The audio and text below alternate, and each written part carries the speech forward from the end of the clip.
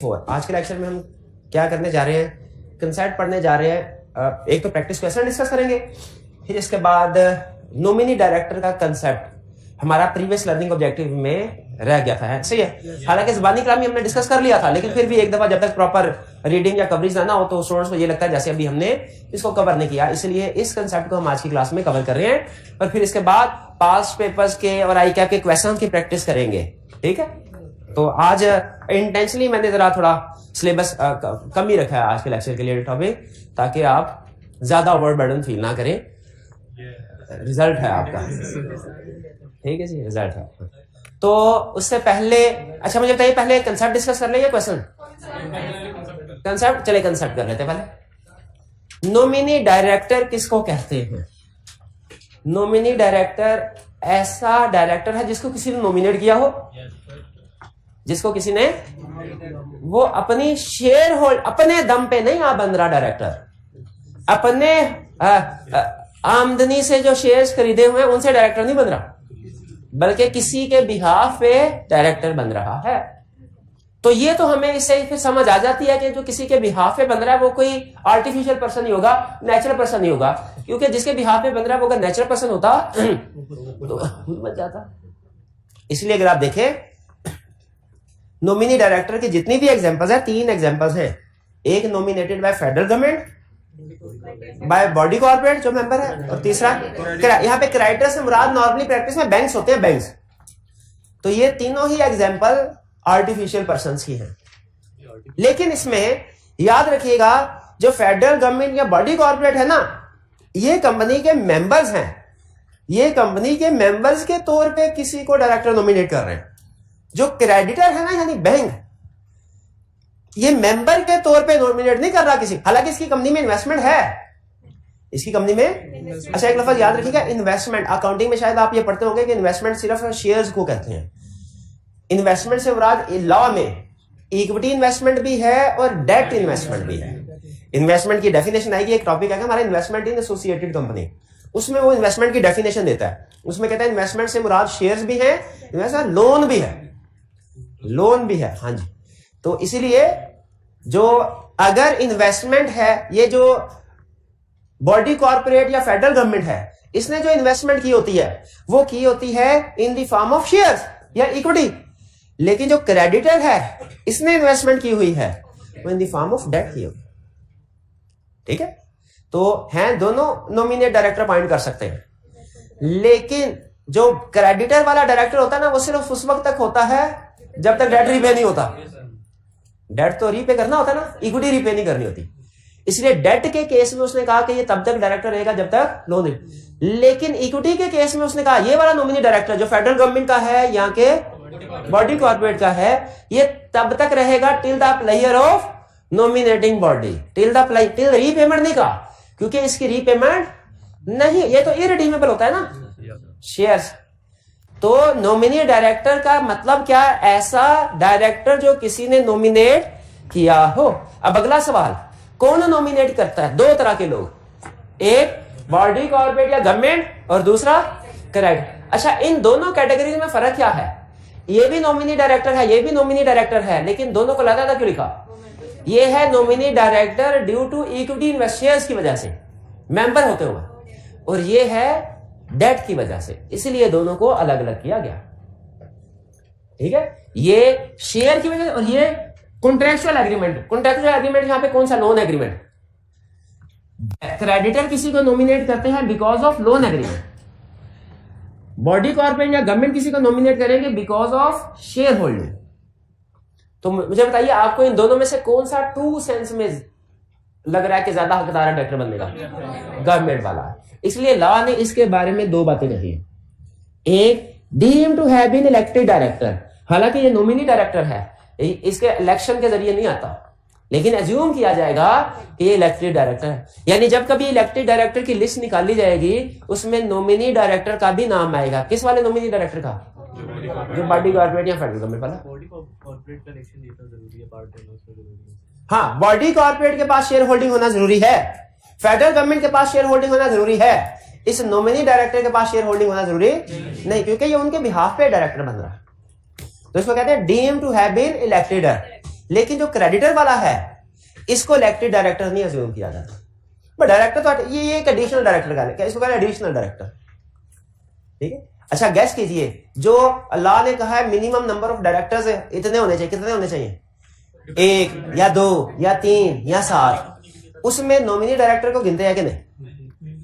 एक के गिनते हैं। जो जो जो हाँ जी, जो बॉडी कॉर्पोरेट वाला होगा इसको गिनेंगे, जो क्राइटर वाला है इसको मिनिमम नंबर की कैलकुलेशन में नहीं गिनना। क्राइटर वाले को मिनिमम की कैलकुलेशन में नहीं गिनना, बॉडी कॉर्पोरेट या फेडरल गवर्नमेंट वाले को गिनना है। और it hold office during player of nominating, ये समझ आ गया? Player of nominating body. हो सकता है नॉमिनेटिंग बॉडी अगर इसे राजी है तो इसको कहे भाई 3 साल बाद भी तुम रहो डायरेक्टर हो, क्या मसला है? आम डायरेक्टर तो 3 साल बाद रिटायर हो जाते हैं ना, और नॉमिनेटिंग बॉडी चाहे तो उसको साल बाद चेंज कर दे, भाई तुमसे मुतमिन नहीं है। तो ये नॉमिनी डायरेक्टर कब तक डायरेक्टर रहेगा? Till the player of nominating body. इसके बारे में लॉ ने नहीं बताया, लेकिन ये कब तक रहता है प्रैक्टिकल? जब तक लोन रीपे नहीं होगा। जहां कॉन्ट्रैक्ट खत्म, लोन खत्म, कॉन्ट्रैक्ट खत्म, कॉन्ट्रैक्ट खत्म, डायरेक्टर खत्म।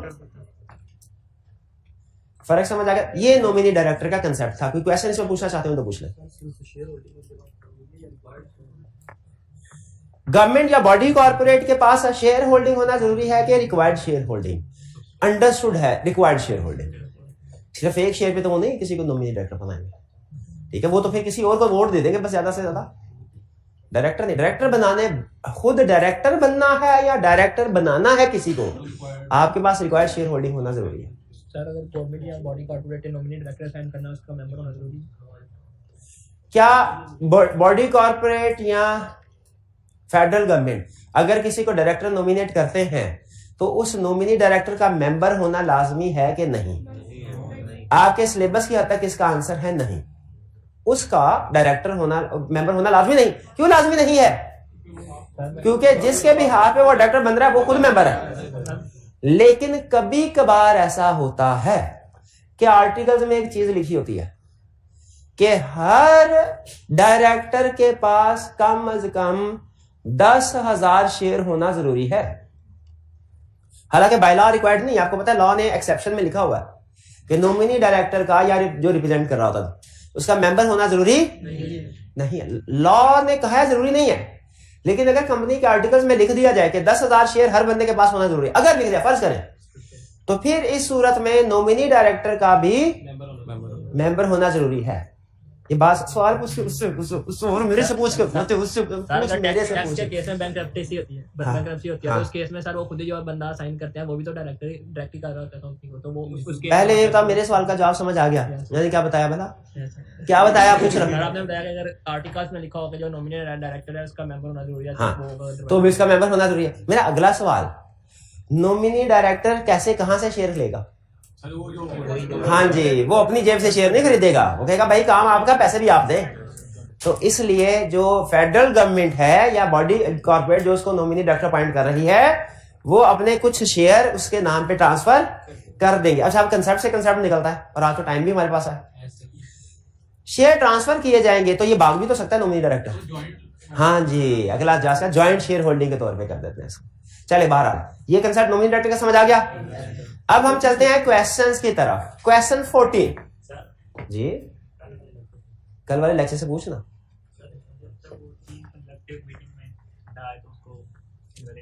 अगर डायरेक्टर 3 कंसेक्यूटिव बोर्ड मीटिंग में प्रेजेंट ना हो विदाउट लीव, ये भी था, तो वो बिल्कुल ऑफिस वेकेट हो जाएगा। ऑफिस वेकेट होने का मतलब क्या है? वो डायरेक्टर नहीं रहेगा। ऐसे ही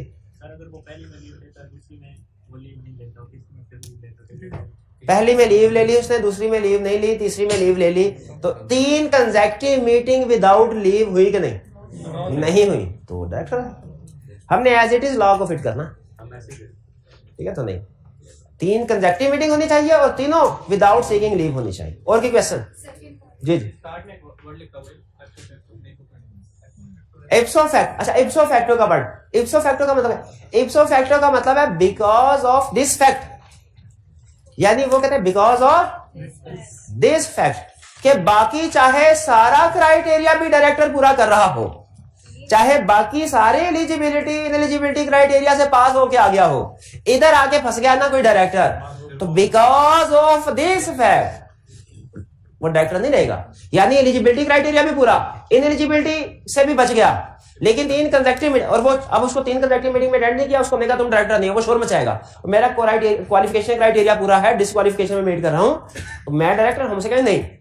इप्सो फैक्टो 3 कंसेक्टिव मीटिंग है, 3 कंसेक्टिव मीटिंग अटेंड ना की, लोन ले लिया ना without approval, office of profit ना विदाउट अप्रूवल, तो यही रीजन सफिशिएंट है तुम्हें कंपनी से निकालने के लिए। इप्सो फैक्टो का मतलब है because of these facts, because of these facts, चाहे बाकी चीजें सारी पूरी भी हो रही हो, बिकॉज ऑफ दीज फैक्ट्स भी ऑफिस वेकेट हो जाएगा। जी, क्या नॉमिनी डायरेक्टर को कंपनी रिमूव कर सकती है? यस, रूल सेम लगेगा। इनकी परमिशन के बगैर नहीं कर सकते, क्योंकि जब आपने रिमूवल का रूल पढ़े तो उसमें देखे, अगर रिमूव होने वाले डायरेक्टर को इतने वोट मिल जाए जितने के पीछे में, तो जाहिर अगर इसका आशीर्वाद है ना इसके सर पे, ये इसका बॉडी कॉर्प है गवर्नमेंट का, तो दूसरे चाहे इसको रिमूव भी करना चाहेंगे, ये अपने वोट इस वक्त तो मिनिमम वोट तो उसके पास आ ही जाएंगे, तो इसे ये रिमूव नहीं हो सकेगा। तो बाय लॉ रिमूव हो सकता है, लेकिन प्रैक्टिकली रिमूव नहीं हो सकेगा। क्यों नहीं? क्योंकि इसको जितने वोट चाहिए होंगे ना अपनी सीट बचाने के लिए, उसे बॉडी कॉर्पोरेट दे देगा। तो इसलिए इस वाले एक पर्सन के लिए बाकी डायरेक्टर को राजी रखना जरूरी नहीं है, जो इसको नॉमिनेट कर रहा है गवर्नमेंट बॉडी को, इसको राजी रखना जरूरी है। जी जी पूछिए लास्ट। अनअपोज्ड डायरेक्टर के बारे में बता दें। अनअपोज्ड डायरेक्टर कौन होता है वाला? अगर बोर्ड मीटिंग के इलेक्शन में जितने डायरेक्टर्स अपॉइंट करने थे उतने ही या उससे कम कैंडिडेट आ जाए तो सारे वही इलेक्ट हो जाएंगे बगैर इलेक्शन के। इन्हें कहते हैं अनअपोज्ड। हाँ जी, इलेक्शन के बगैर करें या किसी मुकाबले के बगैर, अनअपोज्ड इलेक्शन। वो सीआर कैसे रखते हैं?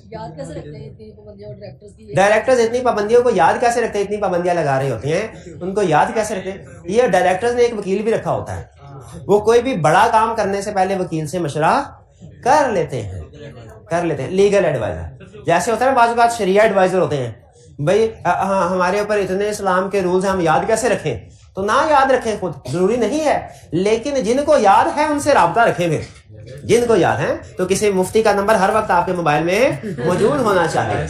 हाँ जी, हाँ, और उससे पूछते रहें कि क्या सर ने असाइनमेंट 4 असाइनमेंट्स क्वेश्चन दिए, केस स्टडी मैंने 3 किए, और सर ने कहा जिन्होंने असाइनमेंट नहीं की हाथ उठाएं, मैंने हाथ नहीं उठाया, क्या ये जायज है? जिस फील्ड में भी है, जिस फील्ड में भी, ठीक है, उससे रिलेटेड क्वेश्चन पूछे। 14 भाई इस चैप्टर से रिलेटेड सवाल है। अच्छा, अब ये देखना रिलेट कैसे कराता। किसका? Player of the nominating body का मतलब है जब तक नॉमिनेटिंग बॉडी की मर्जी हो, जब तक नॉमिनेटिंग बॉडी की मर्जी हो, यानी इसमें वो 3 साल वाली ड्यूरेशन नहीं लगेगी। नॉमिनी डायरेक्टर पे 3 साल वाली ड्यूरेशन नहीं लगेगी जब तक नॉमिनेटिंग बॉडी की मर्जी है। प्लेयर का मतलब होता है मर्जी, लिख ले मर्जी। हाँ जी, जितने जब तक उसकी मर्जी है तब तक डायरेक्टर। और भी क्वेश्चन जी?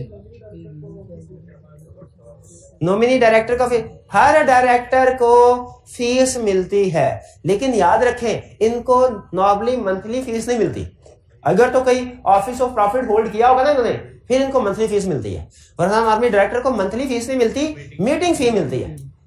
मीटिंग फी और मीटिंग फी अच्छी खासी होती है, 40-50 हजार एक मीटिंग की फीस, खाना पीना उधर था, ठीक है। तो मीटिंग की फीस होती है इनकी मीटिंग के हिसाब से। और भी क्वेश्चन? मंथली सैलरी डायरेक्टर की नहीं होती, लेकिन अगर वो डायरेक्टर कोई ऑफिस ऑफ प्रॉफिट होल्ड कर रहा है उस सूरत में होगी। जैसे अगर वो डायरेक्टर चीफ एग्जीक्यूटिव बन गया तो चीफ एग्जीक्यूटिव के तौर पर, अगर वो टेक्निकल एडवाइजर बन गया उसके तौर पे उसकी होगी, अगर वो लीगल एडवाइजर बन गया तब मंथली होगी। यानी ऑफिस ऑफ प्रॉफिट होल्ड करे तो मंथली फी होते, वरना उनकी मंथली फीस नहीं। और आपको एक इंटरेस्टिंग चीज बताऊं, मीटिंग की फीस कितनी होगी ये डिसाइड कौन करेगा बोला?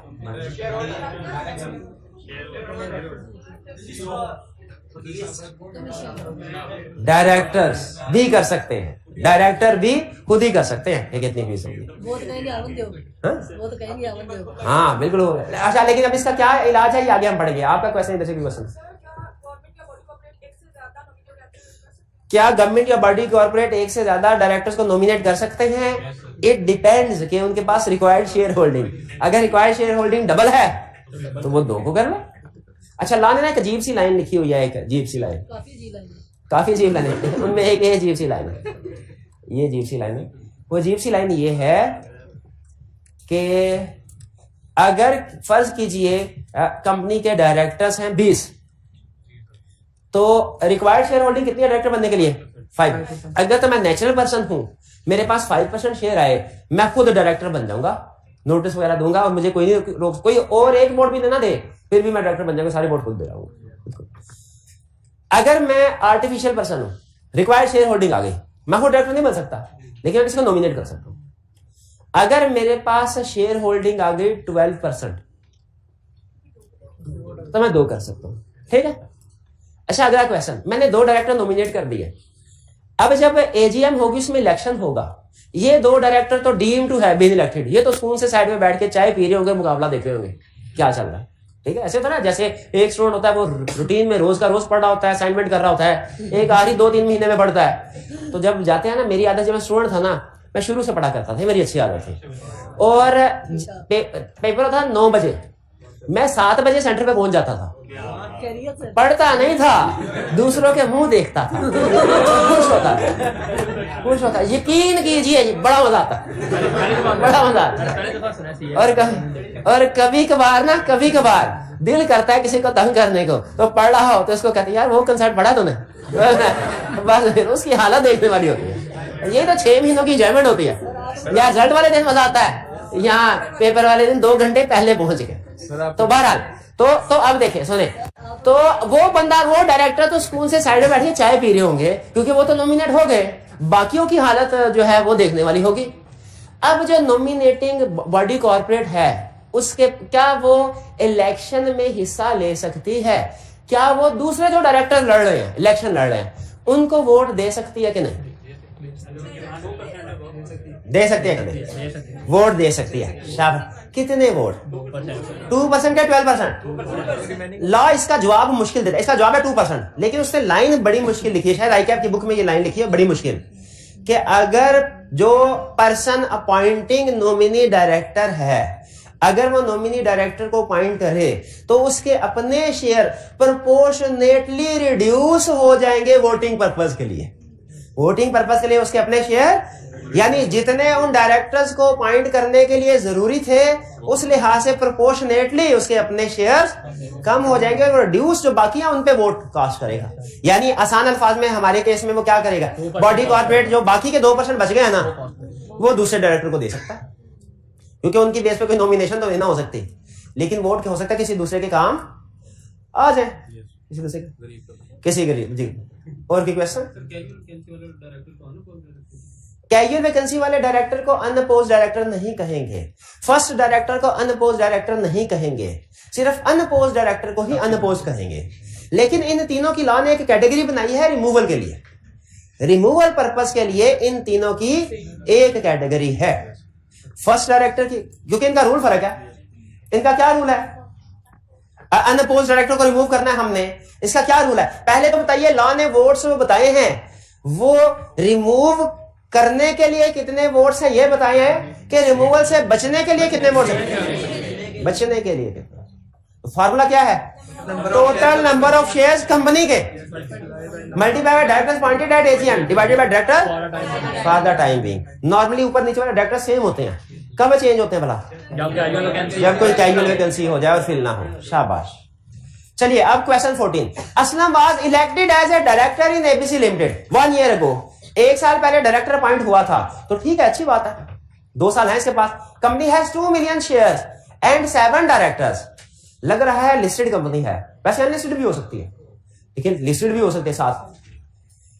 He was the last one to become director by securing 1.5 million votes. 1.5 million shares नहीं कह रहा, 1.5 million वोट्स कह रहा है। वो लास्ट पर्सन था, उसके पास 1.5 मिलियन वोट्स थे। Resolution has been moved in the general meeting to remove Aslam from his position. How much votes Aslam required to save seat? 1.5। इत्तेफाक से लास्ट पर्सन यही था। अच्छा, लास्ट पर्सन अगर बदर होता जिसने 1 मिलियन वोट्स लिए होते तो फिर हालांकि इसने मीटिंग में 1.5 मिलियन वोट लेके जीता था, लेकिन उस सूरत में इसको कितने वोट चाहिए होते? क्योंकि अपने ही वोट दोबारा लेना वो जरूरी नहीं है। मिनिमम वोट्स जो इलेक्ट होने के लिए इलेक्ट हुआ है वो जरूरी है जी। क्या हमारे पास जितने शेयर्स होते हैं उतने ही वोट्स होते हैं? नहीं, उनको नंबर ऑफ डायरेक्टर से मल्टीप्लाई करते हैं। ठीक है, नंबर ऑफ डायरेक्टर से मल्टीप्लाई करते हैं। तो अगर आप ये समझ रहे हैं कि इस कंपनी के 2 मिलियन वोट्स हैं जिनमें से 1.5 मिलियन, तो ये कंसेप्ट गलत है। इस कंपनी के कितने वोट्स हैं? 14 million. 2 million share multiply by 7 number of directors, तो टोटल वोट्स कितने हैं? 14 million. Next 15, a public unlisted company. Unlisted को मैं अंडरलाइन कर लूंगा, टाइप ऑफ कंपनी। पब्लिक को भी कर ले। Public unlisted directors, namely A, B, C, D, and in the last election they were elected by securing 80, 70, 68 and 63 votes respectively. Respective का मतलब क्या है? जिस तरतीब से नाम उसी तरतीब से नंबर। एहसान, mister E, who also contested election, secured 57,000 votes and could not be elected as director. तो लीस्ट वोट कौन से हो गए? 57 नहीं हुए? नहीं, लीस्ट सक्सेसफुल कैंडिडेट के लिए 63। One of the majority share holder has indicated to remove Babar in coming AGM. How much votes Babar required to save his seat? कितने? 63,000 वोट्स। ठीक है, वेरी इजी। आगे चलते हैं। 16, Aslam was elected as director to fill a casual vacancy. Company has 2 million shares and 7 directors. The last one to become director had secured 1.5 million votes in last election of directors. Resolution has been moved in the general meeting to remove Aslam from his position. How much votes Aslam required to save his seat? अब देखिए, अब case कौन सा है? Casual. तो casual vacancy का formula क्या? Total number of share जो के हैं 2 million multiply by number of director 7 pointed eight AGM और डिवाइडेड टाइम पे क्या? 7 क्यों 6 नहीं है? असलम को शामिल कर रहे हैं। असलम को क्यों शामिल कर रहे हैं? अभी तो वो डायरेक्टर है। असलम को क्यों शामिल कर रहे हैं? अभी रिमूव नहीं हुआ। रिमूव करने का अभी रिमूव नहीं, तो अभी तो 7 ही है टोटल डायरेक्टर। तो ये 2 million multiplied by 7 divided by 7 कितने वोट्स आएंगे? 2 मिलियन ही। तो असलम को अब 2 मिलियन चाहिए। अब लास्ट वन वाला रूल नहीं लगेगा। यहाँ पे Aslam was elected is appointed का वर्ड, ठीक है, सही कह रहे हैं। लेकिन हम ये इलेक्टेड और अपॉइंटेड में गुम हो जाएंगे उसकी रिक्वायरमेंट को पूरा कर। लेकिन आपकी बात ठीक है, इधर अपॉइंटेड का वर्ड आना चाहिए था। 17, due to a dispute among the directors of Sun limited, a listed company, all the directors want to remove Hamid from directorship of the company prior to the completion of his term. State the procedure and the conditions to be complied with if the company wants to remove Hamid from directorship of the company under each of the following assumptions. He was elected as director of the company. Elect हुआ था, election के जरिए आया, तो फिर कैसे remove होगा? Company will have to pass resolution to remove. However, he will not be removed if he secures minimum number of votes required by last person to become director. और फिर he became the director of company by subscribing to memorandum of association of company. यानी first director कह रहा है। अगर वो first director है तो फिर फार्मूला 3 साल से पहले इनको रिमूव कर रहे हैं ना, 3 साल कर सकते हैं। अब क्या होगा? ये तो फर्स्ट एजीएम से पहले रिमूव कर रहे हैं इसको। इसका टेन्योर फर्स्ट एजीएम तक होता है। फर्स्ट एजीएम से पहले भी क्या रिमूव किया जा सकता है? बिल्कुल। फार्मूला क्या होगा इसके लिए? Total number of shares multiply by 17 में कोई प्रॉब्लम? जी जी बिल्कुल। अगर वो 2 डायरेक्टर को रिमूव करना चाहे तो दोनों के लिए सेम रूल लगेगा, यानी सेम नंबर ऑफ वोट्स दोनों के लिए होंगे।